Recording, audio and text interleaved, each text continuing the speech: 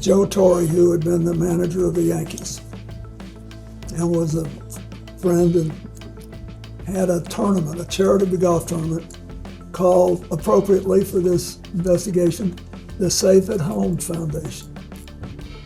And it was designed to combat domestic violence.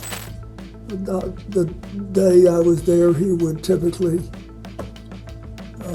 Donald Trump would come out and play a few holes with us. And he somehow knew I had flown in Jeffrey Epstein's aircraft, and he said, you know, we had some great times together over the years, but we fell out, all because of a real estate deal. And he said, I'm sorry it happened, that's all. And then we had a falling out over a land deal, property deal. That's all. Did you ever send a deputy attorney general to? To the best of my knowledge, I did not do that. All right. Thank you, Mr. President. Yes, I am, Mr. President. Lucky you. Hopefully that changes soon. If you're the youngest for too long, it's not good. There'll come a time, believe me.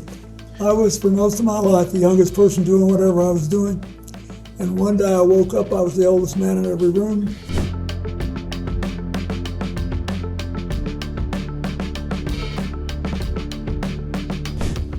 Either during or after your presidency, were you ever made aware of Jeffrey Epstein having any kind of relationship, directly or indirectly, with a foreign intelligence agency or service? And I ask because we've received a lot of interest and communication about that topic, and so I want to give you a chance to answer that again if there's anything No, else. I wasn't, and I understood why now when you showed me the passport, but I wasn't, I didn't know anything about that. Thank you. And then second, of course, this deposition also sets a pretty new precedent, I think, which is something that we've been discussing and folks in across the country are discussing as well. We're thankful that you're here.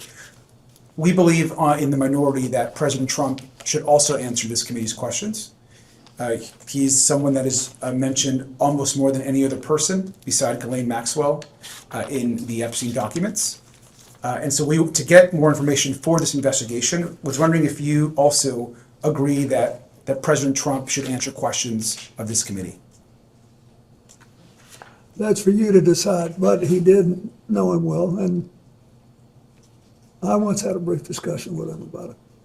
Thank you. Thanks for that answer. With that, I'm going to go to Mr. Walkinshaw, and we'll go down a series of questions. I hate this, but because I don't believe I should inject anything. But I do not want to leave the impression,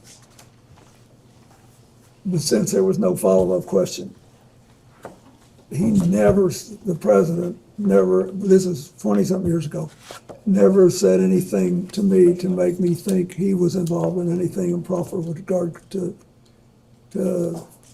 Epstein either. He just didn't. He just said we were friends. And then we had a falling out over a land deal, property deal. That's all. Thank you. Could I ask very briefly, Mr. President, Sure. if you recall, what were the circumstances of that conversation? Or at least let's start with, when did the conversation occur? It was on its golf course. And there were a couple of years there when Joe Torre, who had been the manager of the Yankees and was a friend, and had a tournament, a charitable golf tournament, called appropriately for this investigation, the Safe at Home Foundation.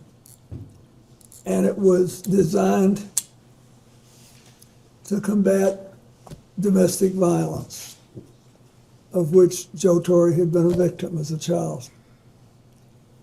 And so I wanted to support it. And so Donald Trump gave him the golf course in New York to have a tournament on, and I played in it a couple of times. And the day I was there, he would typically, Donald Trump would come out and play a few holes with us.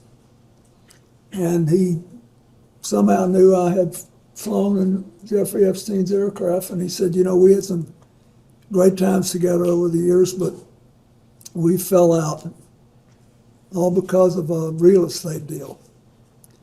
And he said, I'm sorry it happened. That's all. Do you recall whether President Trump was the first one to affirmatively bring up the subject of Jeffrey Epstein? No, but I'd be shocked if I did. I just don't do that. Do you recall whether President Trump elaborated at all on the great times that he had with Jeffrey No. Epstein?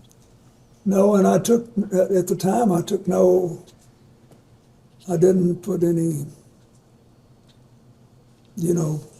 sexual spin on it. And as far as you recall, President Trump characterized the nature of the ending of their friendship as being solely due to the real estate That's bidding what he problem. said. Thank you.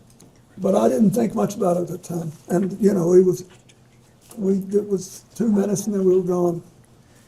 As far as you recall, have you had any other conversations with President Trump related to Jeffrey Epstein or Ghislaine Maxwell? No, And your best recollection, if you have one, of the year that this conversation occurred? be 2002 or 2003. Thank you. But Thank you, Mr. President. Good afternoon. I just want to focus again on Ghislaine Maxwell. First, I'll ask you just to reiterate, did you ever at any point during your interactions with Ms. Maxwell know about the sexual abuse she committed and facilitated against minors and women? no, When did you learn that she had engaged in crimes against girls and young women? when the first evidence came out, when was it, in 2019? Okay.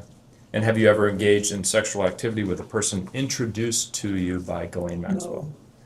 You're aware that she was convicted of crimes, as we discussed, and you're aware that she's currently incarcerated as a result of her federal conviction. Yes, Maxwell received a 20-year sentence for her crimes.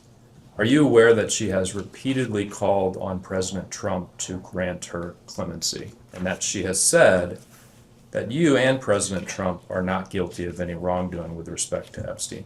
I know that now, yes. In your opinion, does she deserve or should she be granted clemency by President Trump? I don't think I should comment on that. I don't know anything about President Trump other than what I've already told you. Okay. And I thought it was a mistake to pardon everybody in the January 6th case. And I think that this thing was really hard for me when it came out because we had been friendly with Ghislaine. I was sad, but it was terrible what she did, and she has to be punished. Somebody besides me should make a decision on what it is. So she got 20 years, and there it is. Okay. Mr. President, on July 24th, 2025, the Deputy Attorney General and President Trump's former personal attorney, Todd Blanche, conducted a closed-door interview of Ms. Maxwell at her then low-security prison. On August 1st, 2025, just a few days after that interview, she was transferred to a lower security prison where she's afforded a list of amenities, personalized meals, playtime with puppies, a transfer that I think most Americans agree is inconsistent with a very serious crime she was convicted of. Do you have any opinion on her transfer to that lower security prison and the amenities she's been granted? Did it seem strange to you when you learned of that? I think you're in a better position to find out what happened than I am. Okay. When you were President of the United States, was it common for your Deputy Attorney General to directly conduct interviews of witnesses and/or federal inmates? Was it? You were there. You have to testify could- what you know, he's what you asking- recall. Yes, he's You asking, recall if it did was- you ever send a deputy attorney general to? To the best of my knowledge, I did not do that. All right. Thank you, Mr. President.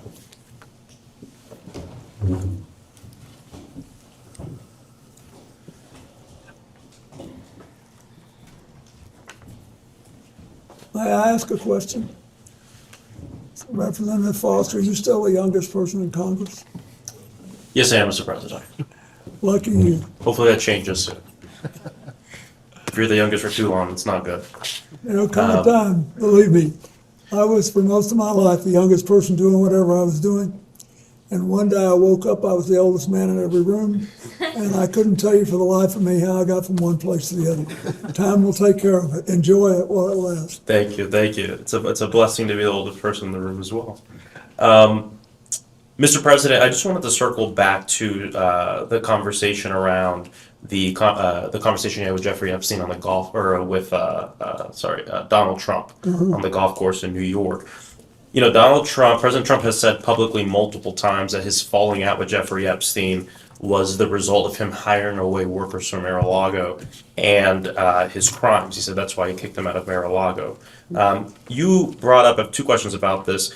Did President Trump specifically characterize the result of this land dispute they had as a falling out specifically, to the best? Yeah, he said they both wanted the same piece of land.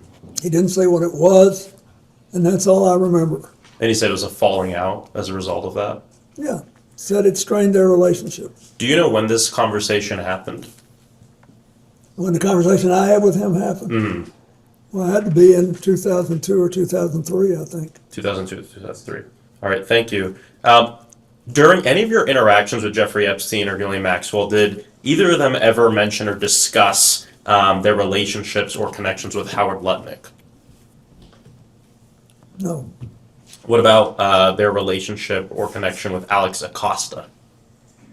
no, Prior to Jeffrey Epstein's arrest in 2019, did anyone ever speak with you about Epstein's relationship with Howard Lutnick?